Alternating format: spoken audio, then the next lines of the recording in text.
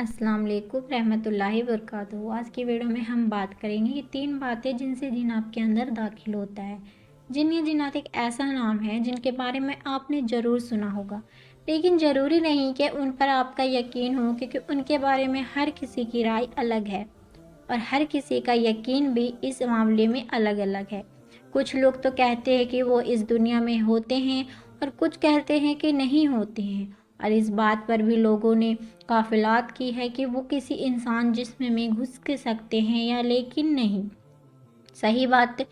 کچھ ہی لوگوں کو معلوم ہے کہ خیر لوگوں کی اس معاملے میں تو رائے الگ الگ ہے، لیکن جہاں تک اسلام کا تعلق ہے تو وہ جنات یا جنات کے وجود اور اشر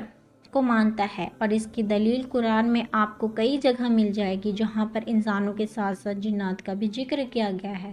اور حدیث میں بھی اس کا ذکر ملتا ہے جہاں پر اللہ کے رسول حضرت محمد مصطفیٰ صلی اللہ علیہ وسلم ایک جن کی وادی پر گزرے تھے اور ان کو اسلام کی دعوت بھی دی تھی۔ اس سے پتہ چلا کہ جناتوں کی بھی ایک دنیا ہے اور اس میں انسانوں کی طرح اچھے بھی ہوتے ہیں اور برے بھی ہوتے ہیں، اور برے سے نقصان پہنچنے کا خادشہ انسان کو ہمیشہ رہتا ہے، لیکن ڈرنے کی کوئی بات نہیں، یہ ہر وقت کا اور ہر کسی کے اوپر اپنا اثر نہیں چھوڑ سکتے اور نہ ہی کسی کو پریشان کر سکتے، لیکن کچھ باتیں ہوتی ہیں جن کی وجہ سے ایک جن کی کسی انسان کے جسم میں گھس کر اس کو پریشان کر سکتا ہے۔ اس بارے میں شیخ الاسلام ابن تیمیہ رضی اللہ عنہ نے اشارہ دیا ہے کہ جن آپ کے اندر 3 طریقوں سے داخل ہو سکتا ہے۔ پہلا، جناتوں میں سے کوئی آپ کو کسی وجہ سے پسند کرنے لگا، تو ایسا ہو سکتا ہے۔ دیکھا جاتا ہے کہ عام طور سے ہمارے گھروں میں عورتیں جب کپڑے وغیرہ بدل رہی ہوتی ہے تو بسم اللہ نہیں پڑھتی، جبکہ ہو سکتا ہے کوئی جنات ان کو دیکھ رہا ہو، اور وہ جب وہ کسی جسم کو بغیر کپڑے دیکھتا ہے تو ایسا ہو سکتا ہے کہ اس کو یہ جسم بھا جائے اور وہ اس کے جسم میں داخل ہو کر غلط حرکت کرنے لگے۔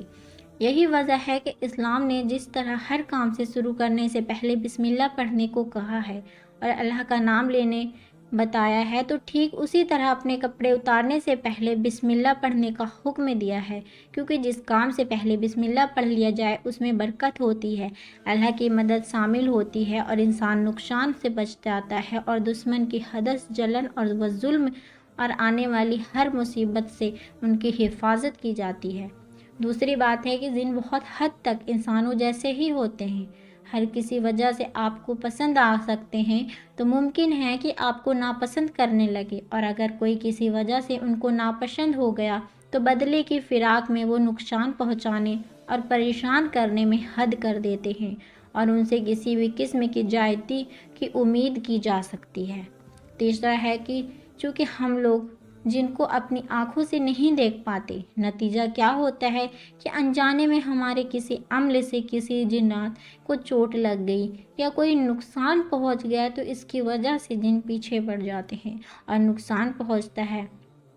اس لیے پھر میں وہی بات کروں گی کہ کسی بھی کام کو کرنے سے پہلے بسم اللہ کو ضرور پڑھ لیں تاکہ اس طرح نقصان سے بچ سکے۔